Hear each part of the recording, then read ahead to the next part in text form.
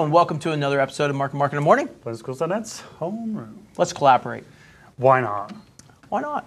I say we should collaborate in a version 12 way. Version 12, collaboration. Okay. Yes. Blackboard Collaborate Web Conferencing version 12. BB Collaborate. That's what we're going to collaborate on today. Oh, we've got it all. I had to figure that one out. I'm just confused by it all. But anyhow, so today's episode. Yeah, so we have some new features in Blackboard Collaborate too that are pretty intense. Yes, intense. Intense. They don't live in tents. They are intense.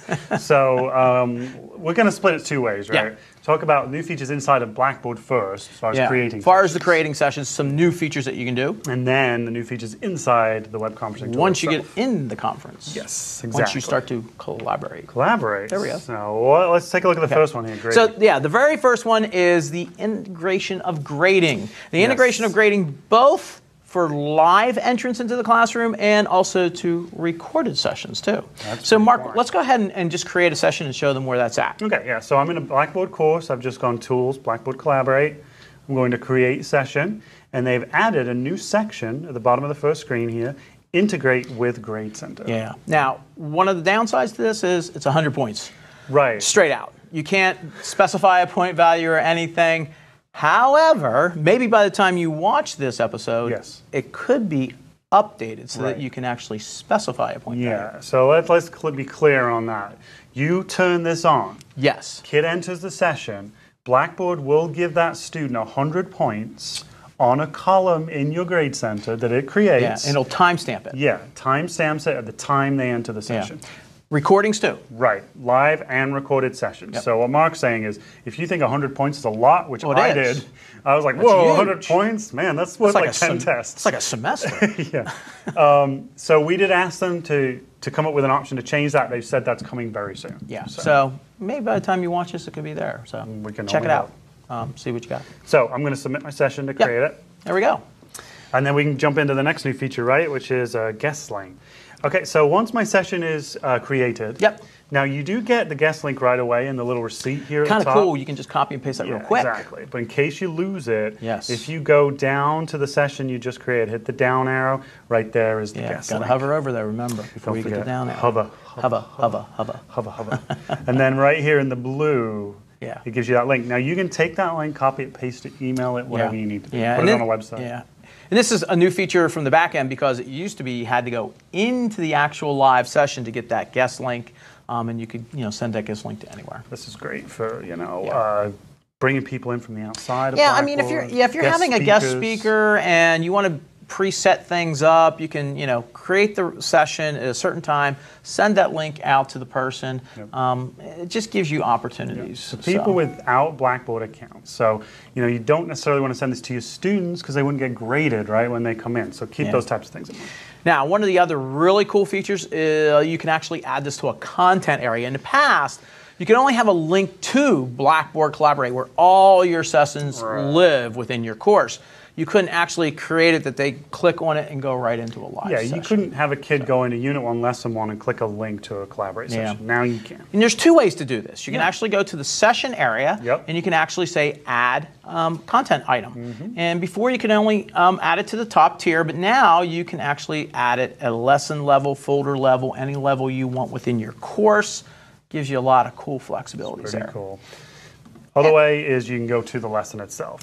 Just go right in using the tools. And this is actually how you potentially have seen it done before, but the difference is now it works just that session down to any level you want. So you would just go into Tools and you would create, down here at the bottom, Blackboard Collaborate and just go through the process there. So, so that's good. Yeah, so that's the back end.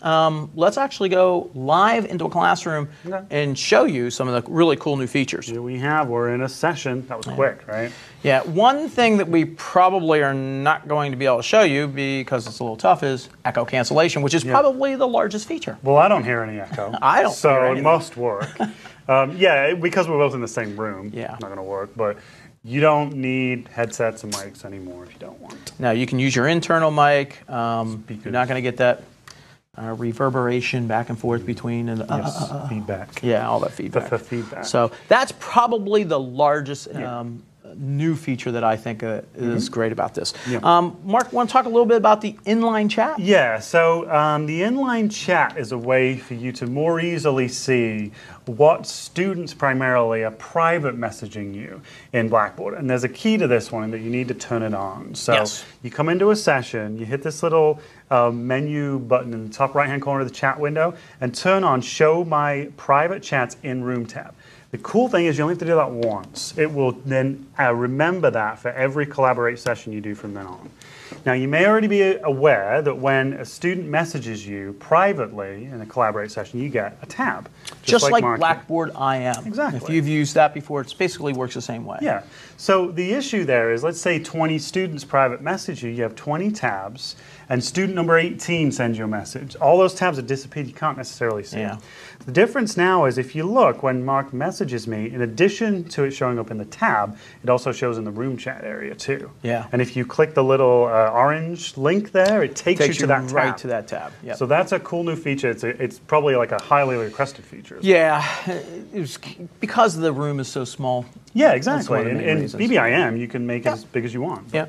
Global permissions too. Yeah, right? the other new one's global permissions. You actually had to go up to the drop-down list and turn audio on, turn video off. Now they have the buttons right there where you can click on them and basically globally turn off all video, all audio, all chat, just whatever you want to do. Time saver. It's a cool one. So less just clicks. Hitting that. One click off, one click on. Yep, you'll see the X's and so forth, which again, great new features. Yeah. And I guess the last thing is just more accessibility. Yeah, this is another one we can't really demo, but it works better with screen readers. It has better high contrast views and that kind of thing now. Yep. For special needs students, anything that you might need for IEPs and things like that. Yep. Yeah, exactly. So, okay, I think that's about it for today. I want to thank everyone for watching another episode of Mark and Mark in the Morning. Let's go on. That's Homeroom. Don't forget to collaborate.